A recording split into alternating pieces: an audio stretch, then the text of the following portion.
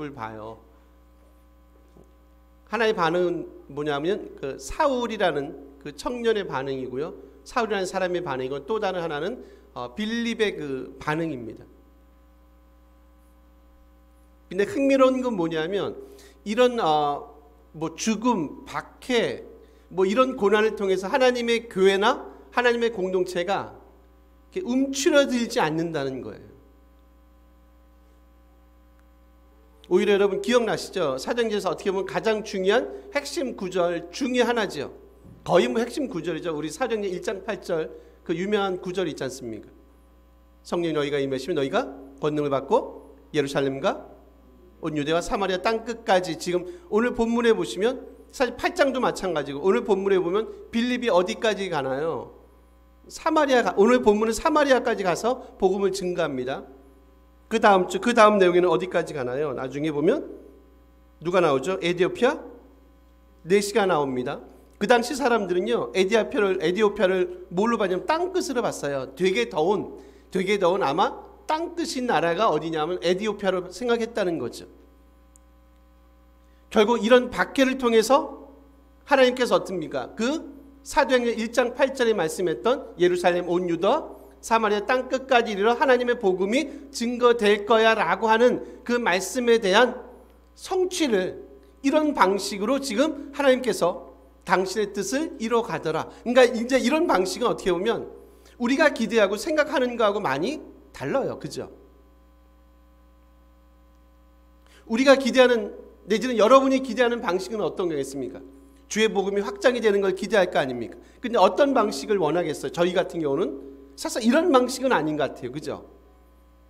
고문을 당하고 박해를 당하고 사람이 죽음을 당하고 하는 방식은 아닐 것 같은데, 하나님의 방식은 좀 우리의 방식과 많이 다른 모습을 저희가 볼 수 있지 않습니까? 오히려 생각해 보세요. 고난과 박해와 죽음의 바람이 지금 예루살렘에 불지 않습니까? 근데 그 바람이 어떻게 보면 그 바람 때문에 이 복음의 진보가 막히는 게 아니라 오히려 그 바람이 그 복음을 어떻게 합니까?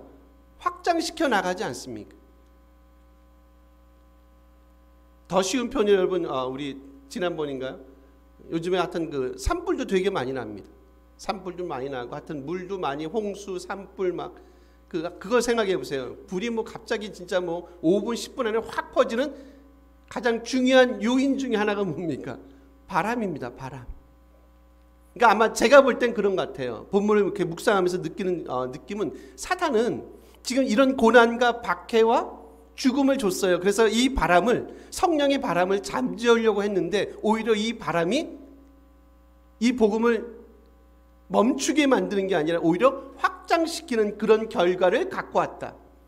즉 그게 뭐예요? 사단의 그 지혜로움도 하나님의 어리석음을 당해낼 수 없다. 결국 이걸 통해서 하나님께서는요, 말씀한 대로 사도행전 1장 8절의 말씀을 성취시키는 방식으로 그분이 일하시더라라는 거죠.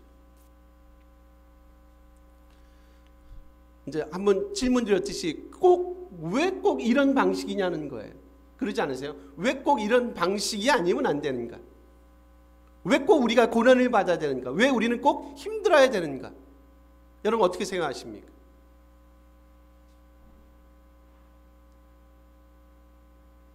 기독교가 가장은 아닐 수 있지만 기독교가 그래도 많이 번성하고 확장성을 갖고 있었던 때는 여러분 주로 어느 때인 줄 아시죠?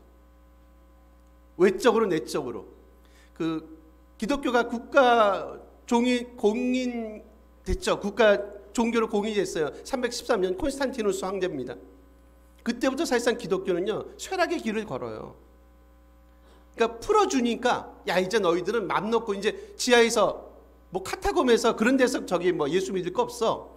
자 너희들 맘 놓고 그냥 공공연하게 너희들 예수 믿어도 상관없어 라는 일종의 공인이 내려진 거예요. 그랬더니 어떻습니까? 교회가 확장을 해요. 외적으로. 근데 사실상 내적으로는 어떤가요? 내적으로는 많이 힘들어지거든요.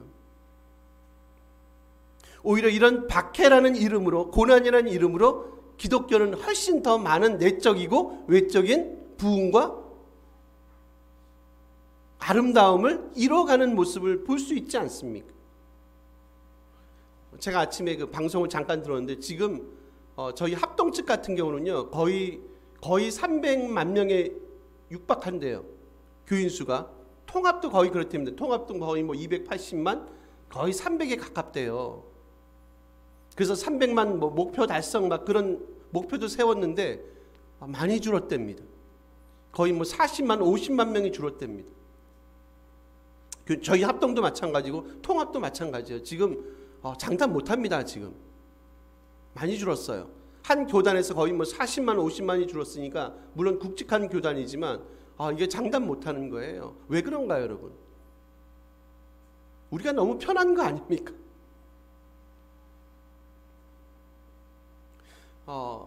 이 죽음과 박해 속에서도요, 어떻든 전혀 변하지 않는 한 사람을 만나요. 그 사람이 누굽니까? 그 사람이 사울이라는 사람이에요. 여러분 1절 한번 보세요. 우리 1절 한번 맨 위에 보시면 눈으로 오세요. 사울은 그가 죽임당함을 마땅히 여긴다라고 얘기하죠. 여기 죽음이란 단어가 있어요. 아나이레시스란 단어거든요. 이게 신약에서는 딱 한 번만 나오는 그 명사입니다. 본문에서만 한 번 딱 나오고요. 동사는요 아나이 레오란 단어인데 요거는 누가행전에서 21번 나와요. 죽다, 죽임을 당하다죠. 동사니까. 근데 이 단어가 대부분 사용되는 예가 뭔지 아세요? 예수님의 죽음을 설명할 때 이 단어가 씁니다. 아나이 레이란 단어가 써요. 레오란 단어가 씁니다. 그리고 뭐 사도 야고보가 순교당했을 때, 그리고 사도들이 부당한 대우를 받을 때, 박해를 받을 때, 심지어는 바울 자신에 대해서도요. 나중에 뒤에죠. 뒤에 보면 바울 자신의, 이 집은 사울이 아니에요. 바울입니다. 바울 자신에 대해서도 부당하게, 바울이 지금 부당하게 취급을 받을 때 사용하는 단어가 지금 이 단어예요. 아나이 레오란 단어예요. 지금 다시 볼게요. 사울이 그가 죽임당함을 마땅히 여기다. 결국 지금 누가는요 이 단어를 통해서 보여주고 싶은 게 뭐예요? 지금 스데반의 죽음이 어떻다는 겁니까? 스데반의 죽음은 옳은 죽음이다라는 거죠. 옳은 죽음. 스데반의 죽음은 누구의 죽음과 같다고요? 다르지 않다고요? 예수님의 죽음이요. 사도들의 죽음이요. 사도들의 박해와 고난과 다르지 않다.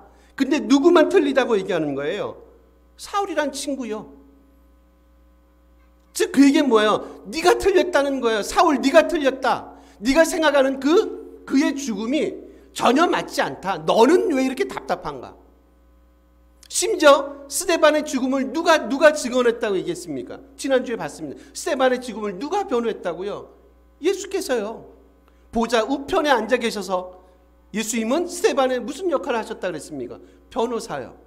유대인들에 대해서는요 검사의 역할을 하셨다. 근데 그래도 여전히 사울은요 뭐 하지 못합니까? 여전히 깨닫지 못하는 사울의 모습을 1절에 우리를 볼 수 있지 않습니까?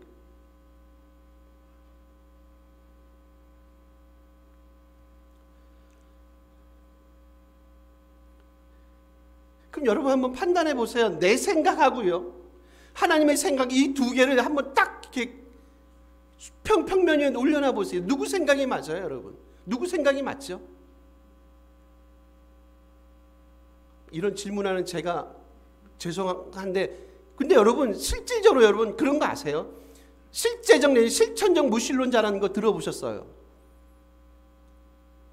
고백을 하는데 말은 고백하고, 우리 사도신경 고백했습니다. 주기도문도 고백하세요. 근데 말 그대로 실제적 그리고 실천적 삶을 통해서는 어쩌면 우리는 뭐일 수 있다는 거예요. 마치 사울처럼 우리는 어쩌면 무신론자일 수 있다라는 거예요. 무신론자일 수 있다. 사울이 지금 그런 모습을 보이잖아요. 그는 죽는 게 맞아. 성경은, 하나님은 뭐라 그래요? 그가 왜 죽어야 되지? 스데반이 왜 죽지? 내가 그를 변호했는데, 주님의 그를 변호했는데,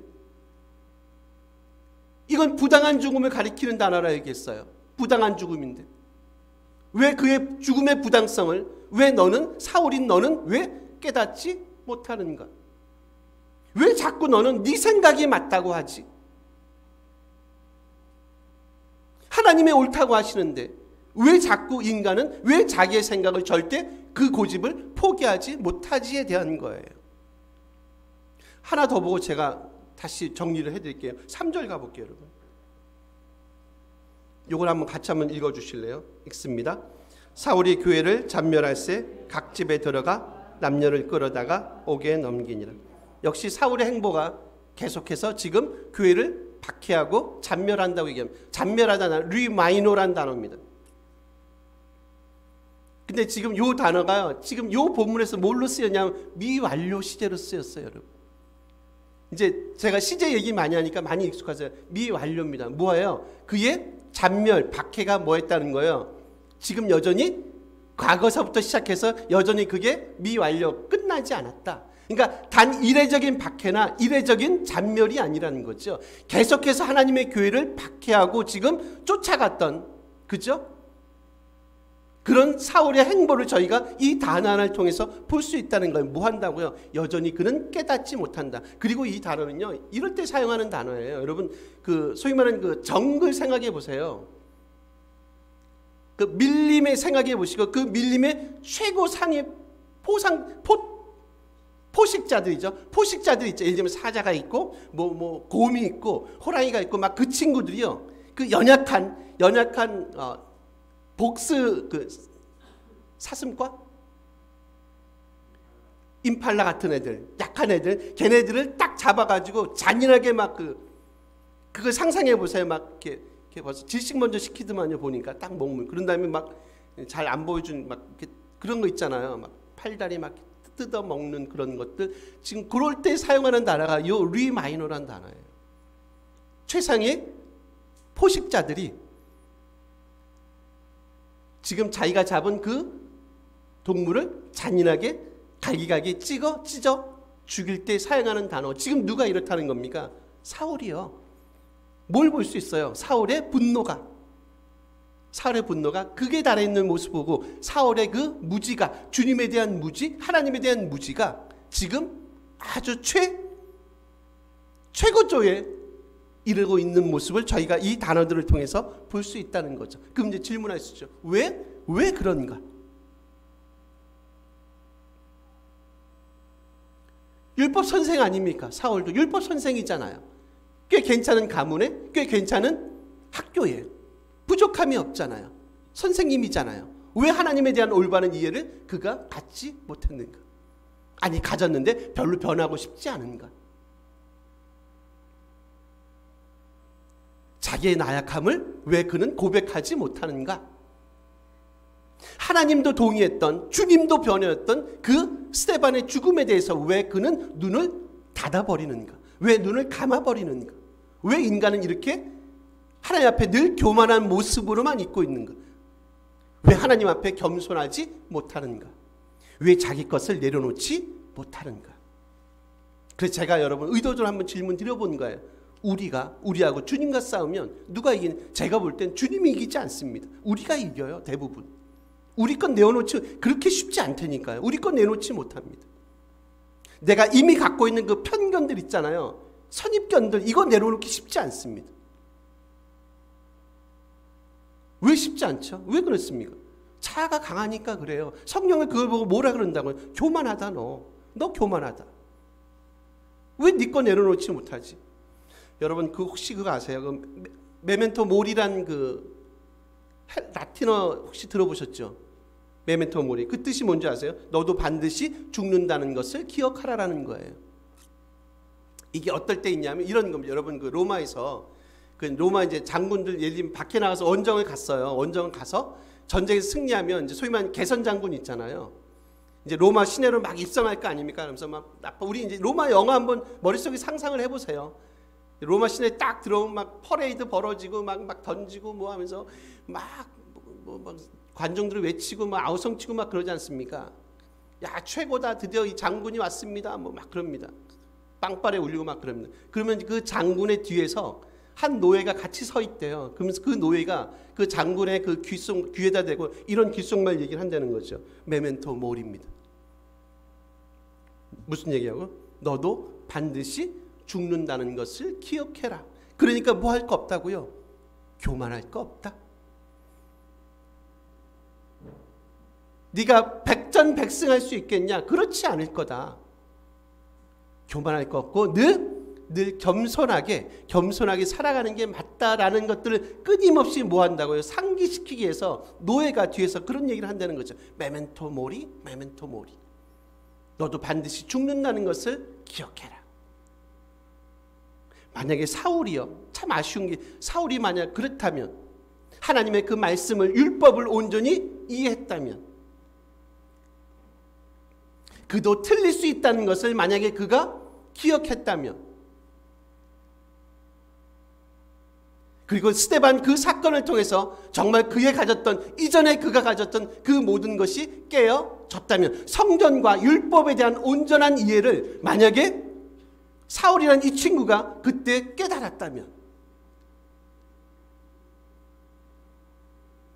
그의 생애가 조금 달라지지 않았을까요? 우리의 연약함을 늘 우리가 고백한다면, 기억한다면, 우리가 주님과 싸워서 늘 패배하지 않겠어요? 주님, 당신은 항상 옳습니다. 제가 이때까지 옳아본 적이 한 번도 없습니다. 당신은 늘 옳습니다.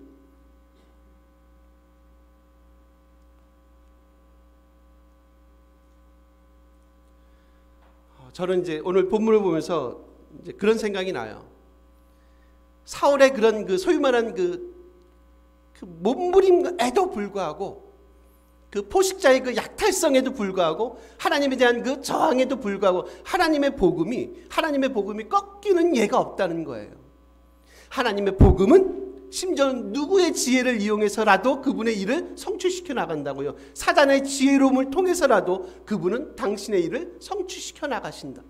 하나님은요, 이 사울의 포악성을 이용해서라도 당신의 뜻을 반드시 성취시켜 나가신다. 하나님은 그러신 분이다. 우리의 지성과 우리의 이성을 훨씬 더 능가하고 초월하시는 방식으로 그분은 일하신다는 걸 여러분, 우리가 고백하는 것, 이거 되게 중요한 것 같아요. 우리의 약함을 고백하는 것, 만약에 그렇다면 늘 주님 앞에 교만할 수 없겠죠. 그렇지 않겠습니까? 늘 겸손한 마음을 갖고 살아갈 수밖에 없을 거예요. 메멘토 모리입니다.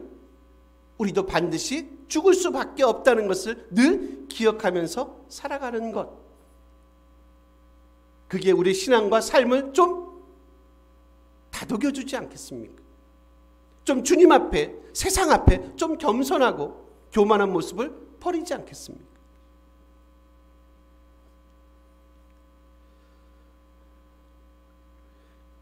우리 여러분 4절 한 번만 한 번 더 읽어주실래요? 읽습니다.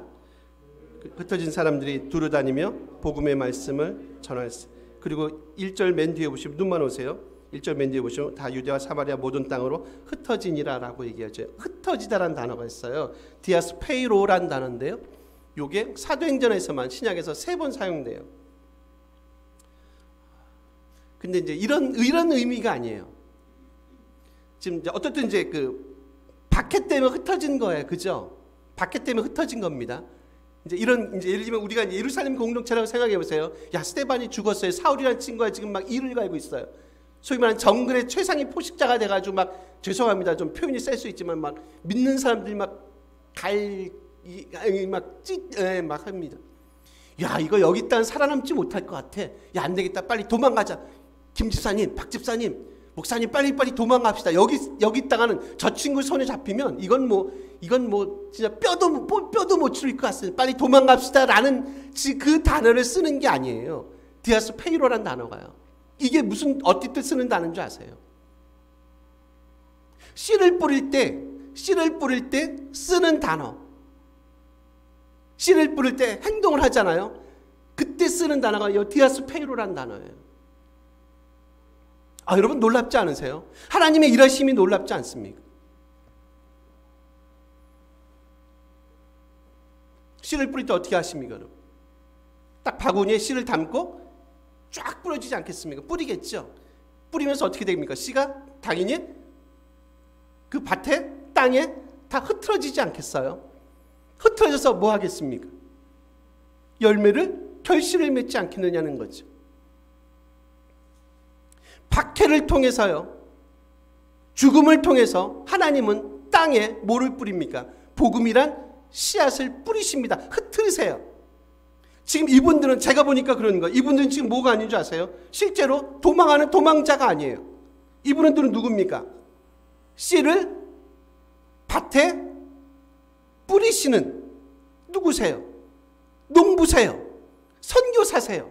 도망자가 아니에요. 자기 한 목숨 구걸하자고 자기 한 목숨 구하기 위해서 지금 도망가는 도망자가 아니라 지금 하나님의 그 놀라운 약속의 말씀을 성취시키기 위해서 지금 사용되어지는 뭐예요? 밭에서 일하는 농부의 그리고 선교사의 역할을 감당하는 하나님의 백성의 모습을 지금 4절 그리고 1절을 통해서 우리가 볼 수 있다는 거죠. 누구요? 흩어진 자들, 흩는 자들, 뭐를요? 씨앗을, 어떤 씨앗이요? 복음이란 씨앗을. 이 일들을 감당했던 초대교회 하나님의 백성 성도들의 모습을 한번 여러분 상상해 보십시오. 뭐 사도들은 그냥 예루살렘에 있습니다. 교회에 있습니다. 누가 다 있어요? 평신도 간 거예요. 따지고 보면 여기 당연히 7명의 사역자들도 있겠죠. 빌립도 갔으니까 대부분 누굽니까 여러분? 다 평신도입니다. 사도들은 어디 있어요? 예루살렘에 있어요. 예루살렘 교회를 지키고 있단 말이에요. 누가 있다고요? 다 평신도가. 집사님들이 다 하신 겁니다. 무슨 역할을요? 농부의 역할을요. 선교사의 역할을. 이 일을 하도록 저와 여러분이 부르심 받았다. 이게 뭐예요? 이게 복음의 엄청난 힘이다라는 거죠.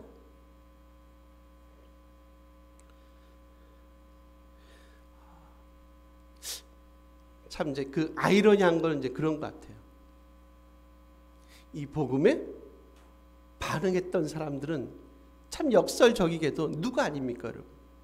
누가 아니에요? 종교 지도자들이 아니잖아요.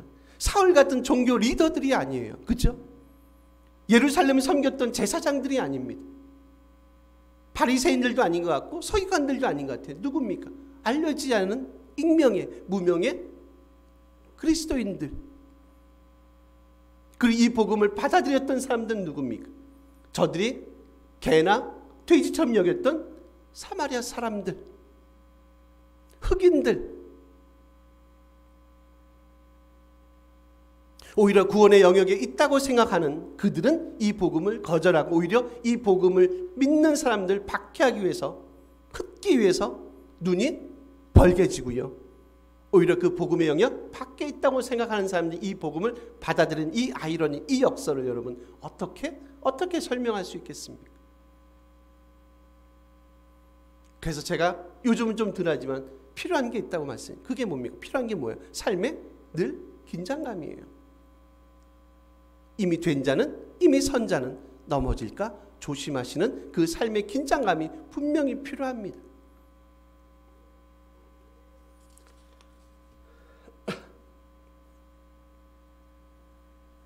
여러분 마지막 우리 8절 한번 보실래요? 이거 한번 같이 읽어주세요. 읽습니다. 그 성에 큰 기쁨이 있더라. 거기 보시면 그 앞에 보시면 지금 빌립이 여러 가지 귀신을 쫓아내고 병자를 고치고 하는 일들이 벌어집니다. 그 얘기는 뭐냐면 성령이 가시적으로 지금 역사하고 있는 거예요. 그리고 정말 중요한 메시지는 뭐냐면 이 사마리아 선교가요. 사마리아 땅, 사마리아 사람들이 임한 이 하나님의 복음을 지금 누가요? 예수께서 공증하셨다는 일종의 그 의미를 가지는 게 뭐냐면 지금 이런 일입니다. 7절 보시면 우리 다시 한번 죄송합니다. 7절 한번 읽어주실래요? 읽는 게 낫겠다. 읽습니다. 많은 사람에게 붙었던 더러운 귀신들이 크게 소리를 지르며 나가고 또 많은 중풍병자와 먹고 있는 사람이 나은. 여러분 누가 했던 거죠? 이거 혹시 기억나세요? 누가 했던 거예요? 예수께서 다 하셨던 겁니다. 예수께서 이미 하셨던 거예요. 그리고 지금 이 일을 누가 합니까? 빌립이에요. 지금 무슨 얘기를 하고 싶어 하는 거예요? 지금 이 사마리아 선교가 너희가 별로 소중하게 생각하지 않던 이 사람들에 대한 선교가 지금 누구의 뜻과 다르지 않다. 예수님의 뜻과 다르지 않다라는 거예요. 여러분 초점을 어디에 두느냐에 따라서 성경 해석이 많이 달라져요. 그러니까 이제 이런 쪽을 좋아하시는 분들은 봐라. 이런 능력과 기적과 표적이 나간다 쪽에 초점을 두는 분들은 늘 이런 본문만 보면 막 맨날 이런 것만 봐요. 근데 그게 아니라 정말로 하고 싶은 얘기 뭐냐면 지금 이 사마리아 선교가 누구의 뜻이라고요? 주님의 뜻이라는 거예요. 그거 성령의 능력을 통해서 가능케 한다는 거예요.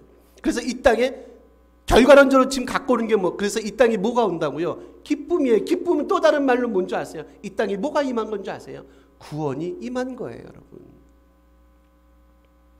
이 땅에도 하나님의 그 구원의 은총이 이 땅에 임하더라 쪽에 8절에 초점을 두십시오. 전혀 구원받을 백성이 아님에도 불구하고 너희들 눈에 볼 때는 이 땅의 복음이 선포가 되어집니다. 그게 주님의 뜻이라고 얘기합니다. 그랬더니 이 땅에 뭐가 온다고요? 기쁨이 칼합니다. 기쁨이 옵니다. 기쁨은 뭐라고? 이 땅에 구원이 임하기 시작합니다. 이 일을 누가 감당한다고요? 빌립이란 하나님의 말씀 전도자, 사역자, 디아코노스.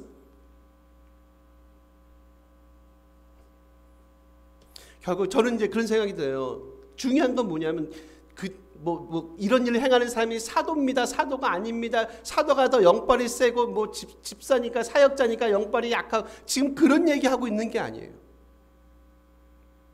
그가 누구든지 간에 이 사역을 잘 감당할 수 있다는 것, 바로 그 사실 자체를 하나님께서 아주 복되고 귀하게 여기신다는 겁니다. 제가 한 프로를 봤는데 여러분 혹시 TV 프로 그런 거 아시죠? TV 진품 명품 아시죠? 아세요? 그런 게 있어요. 그걸 잠깐 보게 되는데 안중근 의사가 쓴 여순가몽인가 안중근 의사가 쓴 소위 말하면 붓글씨, 이제 돌아가시기 전에 이분이 썼던 그 붓글씨가 이제 경매로 나온 거예요. 경매로 나왔는데 그걸 이제 감정가를 매기는 거예요. 감정가를. 글씨 혹시 아십니까?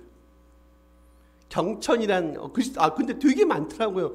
그 유품이 수백 점이 돼요. 깜짝 놀랐어요. 되게 많구나. 근데 글씨가 장난이 아닙니다.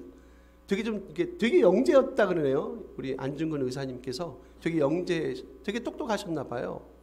그냥 무인 정도가 아닌 것 같아요. 문무인 같아요. 여튼. 근데 이게 경천이란 글씨 썼는데 한번 나중에 찾아보세요. 인터넷 뒤져보세요. 경천이란 글씨 썼는데 잘 쓰셨어요. 되게 힘있게.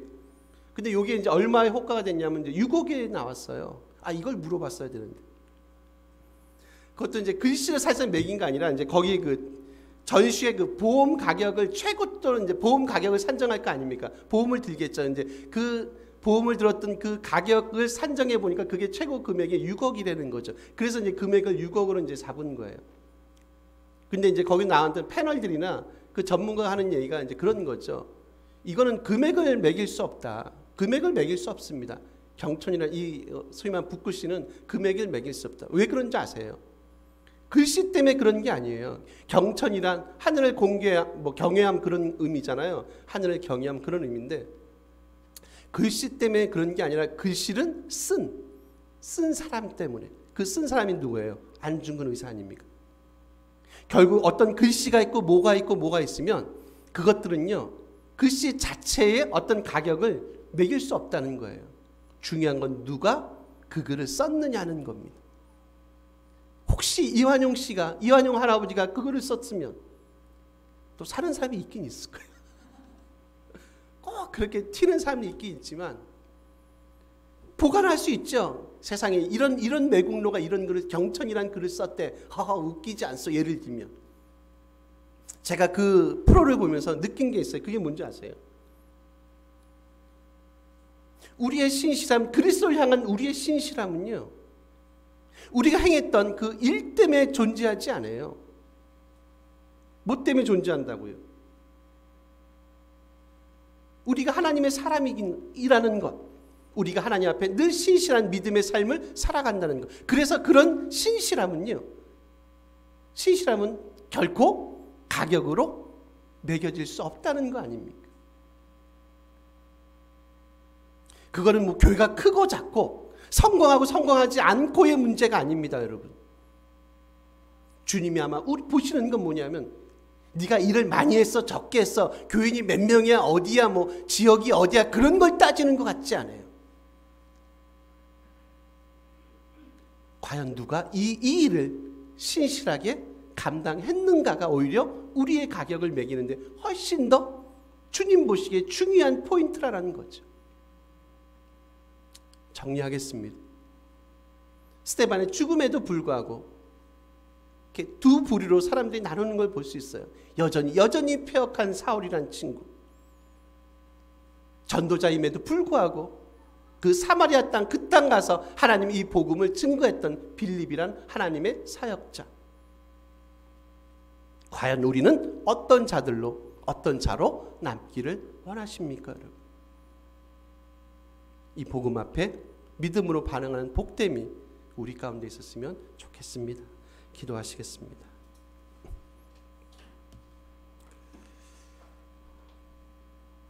하나님 앞에 신실한 믿음의 사람으로 서기를 원합니다. 우리 행했던 그 일 때문에 우리가 소중한 것이 아니라 우리가 하나님 앞에 신실한 자로